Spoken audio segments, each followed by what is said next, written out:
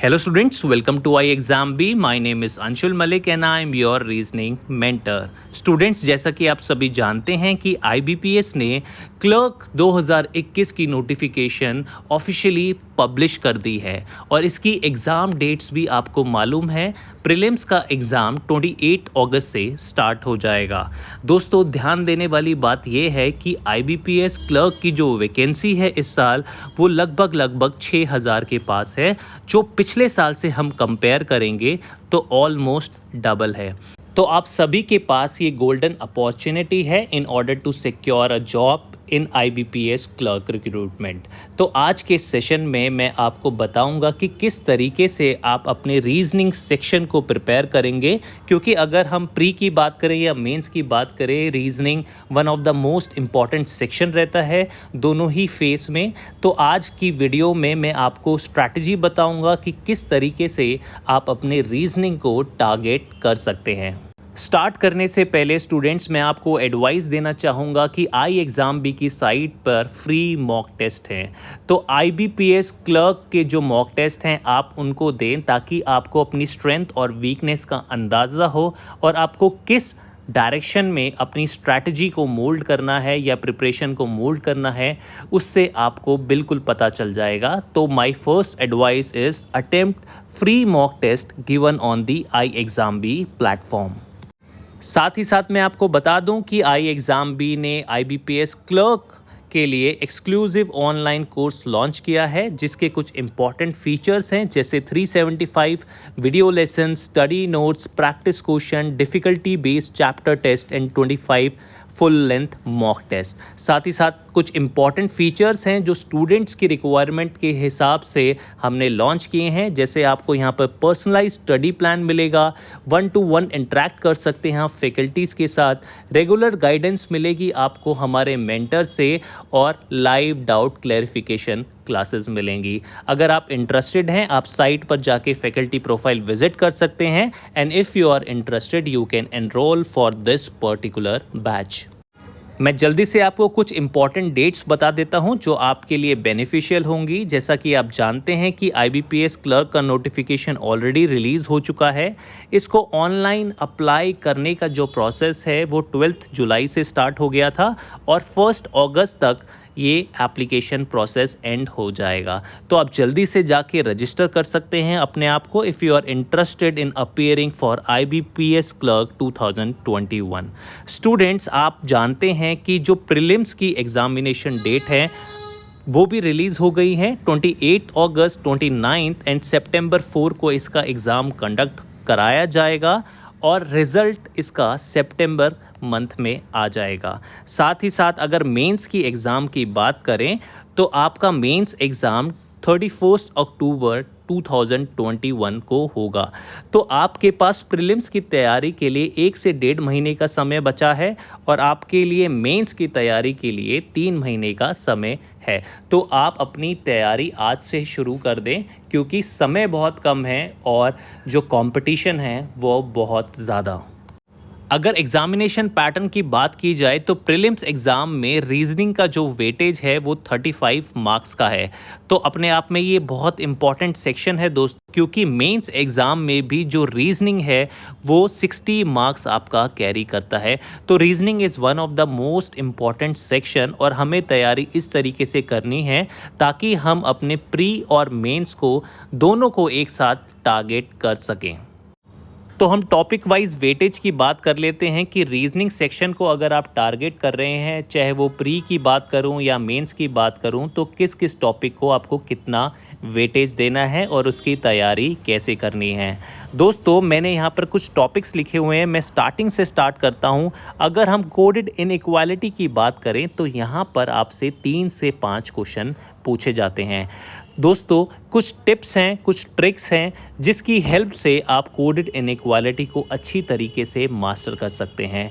तो shortcut techniques का आपको हमेशा ध्यान रखना है जो कोडेड इनइक्वालिटी में यूज़ होती हैं और आपको थॉरली प्रैक्टिस करना है। आप जितने ज़्यादा क्वेश्चन प्रैक्टिस कर सकें इस टॉपिक में से आपके लिए उतना ही बेनिफिशियल है, क्योंकि हर साल इनइक्वालिटी में 3 से 5 क्वेश्चन आपसे पूछ लिए जाते हैं। साथ ही साथ मैं सिलॉजिज्म की बात करूं तो यहाँ पर भी आपसे 3 से 5 क्वेश्चन पूछे जाते हैं और पॉसिबिलिटी और आइदर और की कंडीशंस आपसे ज़रूर पूछी जाती हैं 1-2 क्वेश्चन में। तो जब भी आप सिलॉजिज्म को तैयार करें तो पॉसिबिलिटी और आइदर और के केस को बड़े ध्यान से पढ़ें। अगर आपको सेशंस देखने हैं तो आई एग्ज़ाम बी की साइट पे सिलॉजिज्म के सेशंस अवेलेबल हैं, जिनकी हेल्प से आप अपने टॉपिक को मास्टर कर सकते हैं। और अगर हम पज़ल की बात करें, आपको हमेशा पता है कि puzzle is one of the major section जब भी हम किसी भी बैंक एग्ज़ाम की बात करते, तो आप आज ही से 2 पज़ल सॉल्व करना शुरू कर दीजिए। दोस्तों, पज़ल में आपको अच्छे मार्क्स स्कोर करने के लिए उनके साथ हर रोज़ फेमिलियर होना पड़ेगा। तो मेरी आपसे एडवाइस है, रिकमेंडेशन मान लीजिए आप, कि आपको हर दिन 2 पज़ल सॉल्व करने हैं। मान लो आपके एग्ज़ाम में अभी 30 दिन या 1.5 महीने का समय है, तो एटलीस्ट आप 100 पज़ल तो सॉल्व करके जाइए अपने एग्ज़ाम से पहले। देखो, क्लर्क का एग्ज़ाम है, लेवल आपका इजी आने वाला है, तो आप उसी अकॉर्डिंगली अपने पज़ल्स को टारगेट कर सकते हैं। पर जब भी आप अपने क्लर्क एग्ज़ाम को अटेम्प्ट करें, यानी D day of the examination को, तो सबसे पहले आप कॉन्सेप्चुअल टॉपिक को सॉल्व कीजिए एंड पज़ल को हम सबसे एंड में सॉल्व करेंगे, क्योंकि कॉन्सेप्चुअल टॉपिक में से आपको मार्क्स अटेन करना ईजी होता है। तो आप घर पे प्रैक्टिस करें, कम से कम 100 पज़ल्स के सेट आप सॉल्व करके जाएं, और जब भी आप एग्ज़ाम में बैठें तो सबसे पहले कॉन्सेप्चुअल टॉपिक को आप टारगेट करें। साथ ही साथ अगर मैं सीरीज़ की बात करूं, चाहे वो नंबर सीरीज़ हो, आपकी लेटर सीरीज़ हो, या फिर अल्फ़ा न्यूमेरिक सीरीज़ हो, तो इसके आपको 5 क्वेश्चन दिखाई देंगे। दोस्तों, ये बहुत इजी टॉपिक है, पर आपको यहाँ पर गुड ऑब्जर्वेशन स्किल चाहिए in order to master this particular topic.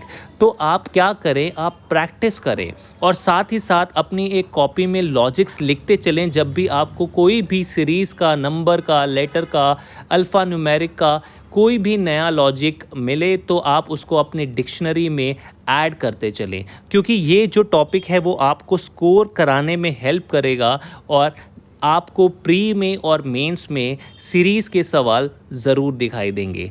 दोस्तों, कोडिंग एंड डी कोडिंग हमारा ऐसा टॉपिक है जो थोरो प्रैक्टिस से ही सॉल्व किया जा सकता है, चाहे वो new pattern coding D coding हो, चाहे वो ओल्ड फैशन डी कोडिंग हो। तो कोडिंग डी कोडिंग में आप जितने ज़्यादा हो सके वो प्रैक्टिस करें क्वेश्चन।